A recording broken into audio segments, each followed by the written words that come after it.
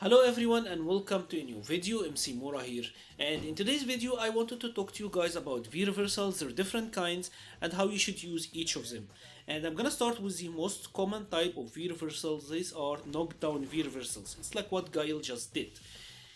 These V-reversals do 60 damage, 60 white damage. So for example, if you notice this, I'm gonna do 60 white shape to Guile and his health will recover slowly. If I attack him, then he will lose that health. So they do 60 white damage and they also have 17 frames of startup, and that number is universal. Each character who has this type of V-reversal, a V-reversal that will knock down, it will do 60 white damage and it will have 17 frames startup.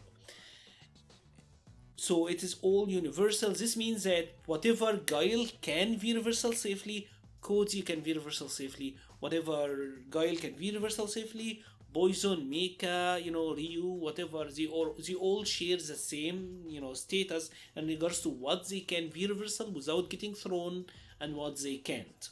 What is different between each V-reversal and the other is like the situation on block, how far it leaves you, the situation on hit, how far it knocks you back, the frame advantage. That stuff is different from one to another, but in general the startup and the damage they do is universal. Each knockdown V-reversal will do 60 damage and have 17 frame startup. And actually 17 frame startup is one of the major issues of knockdown V-reversal, because as we all know, V-reversals are throwable. You can throw your opponent out of your V-reversal, right? When your opponent is throwing you out of the V-reversal, they are throwing you out of the startup. So as you can see here, Guile is already starting his V-reversal and then I'm gonna throw him out of it.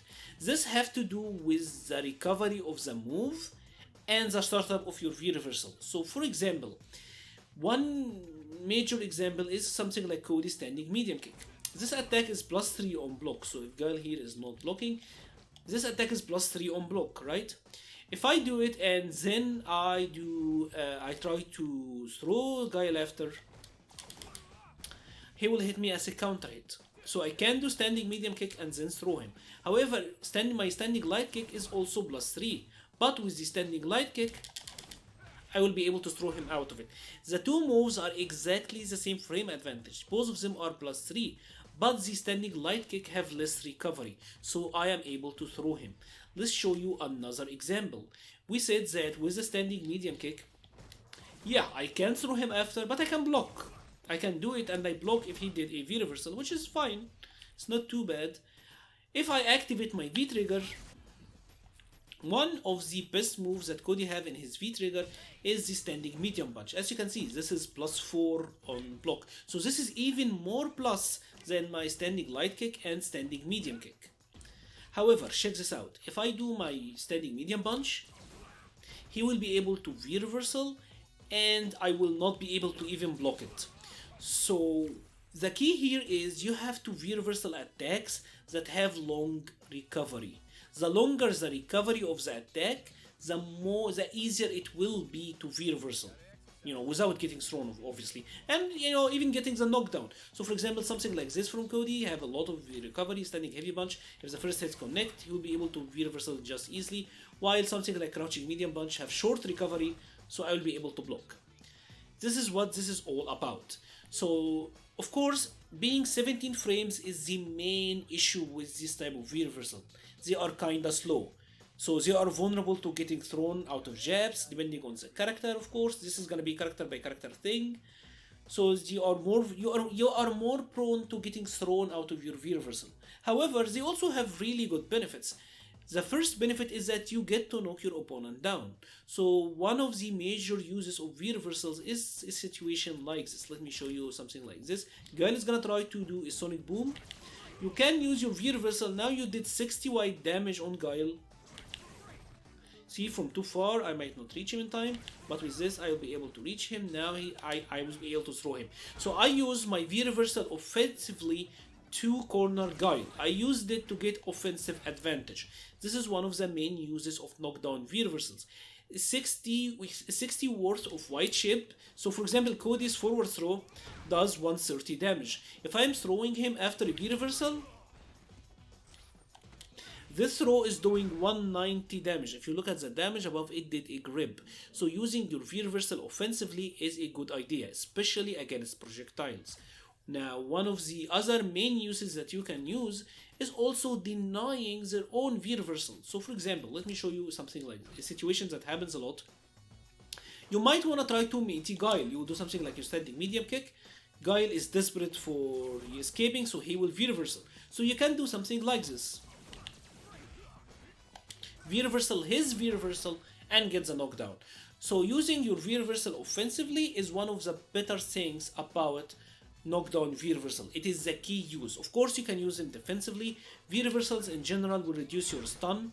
So for example, if Guile here, if I throw him multiple times, as you can see, his stun bar is really getting really high now. If he's V reversal, even if it gets blocked, you know, his stun will still get reduced.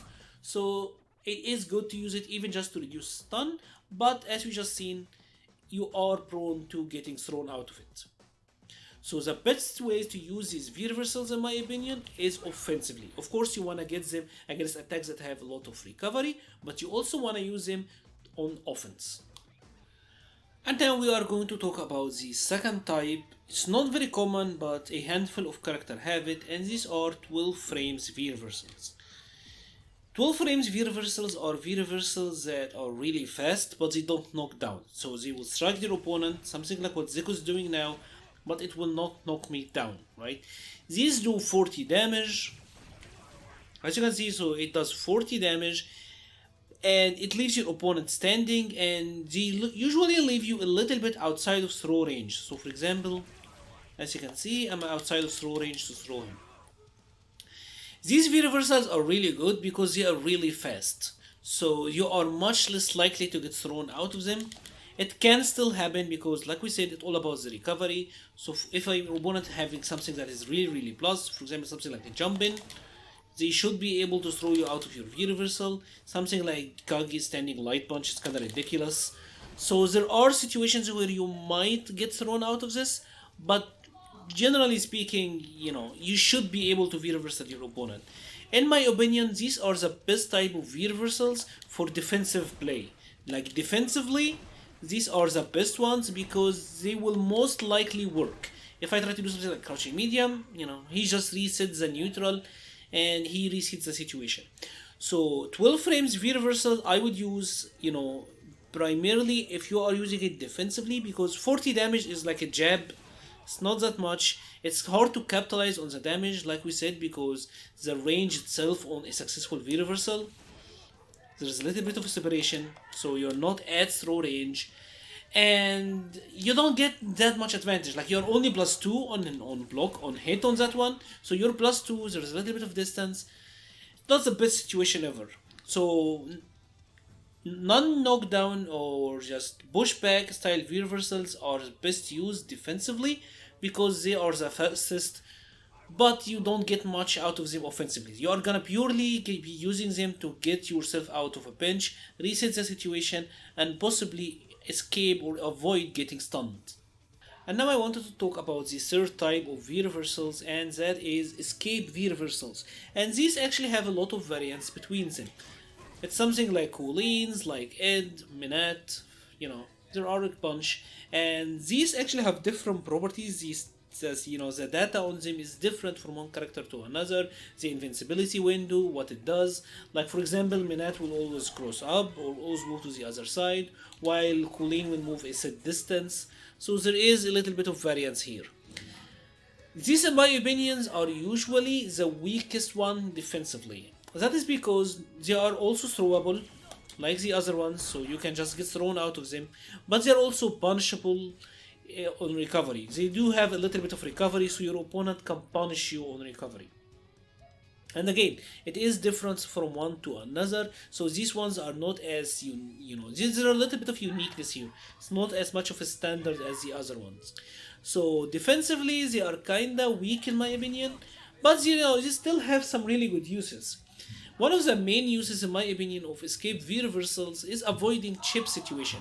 So for example, someone like Guile, if you're low on health, he can do something like this, Sonic Boom into Super. It's gonna be guaranteed chip on anyone who have a hit V reversal, but a character like Colleen can move to the other side, not only escape but also punish him, which is really unique. So there are situations, there are moves where escape V reversals could be really good against. One of the ways that people like to use escape V reversals is in fireball wars. So for example, with someone like you, Colleen, you might do something like that. Now you kinda got closer to Guile. You close the distance with the V reversal, but of course it is unsafe. So you can use it to close the distance with something like this, but of course it is unsafe. And in general, just escaping the corner is good if your opponent doesn't expect it. So for example, you might get lucky with something like this. It can happen. So they are not awful, they have some certain uses, especially in some matchups and in some checkmate situations. They could be really good. But overall, defensively, they are not the best. And of course, like any of the other ones, they do also reduce your stun gauge, as you just see. So they are alright in some situations, but they are the riskiest. There are two characters who have really unique V reversals, and these are Camis and Vega. Vega can't be thrown out of his V reversals, but they do have a short recovery window, but they don't cross side at all, they will always move him backward.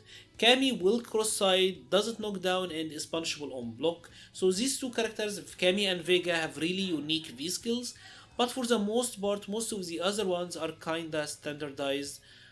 They are kinda the standards that we talked about all video. So overall, in my opinion, knockdown V reversals like Guiles are the best offensively. The knockback V reversals are the best defensively, so just getting out of situations or getting out of block stun, getting out of situations where you are about to be stunned, and escape V reversals are really good at escaping checkmate situations and escaping chip.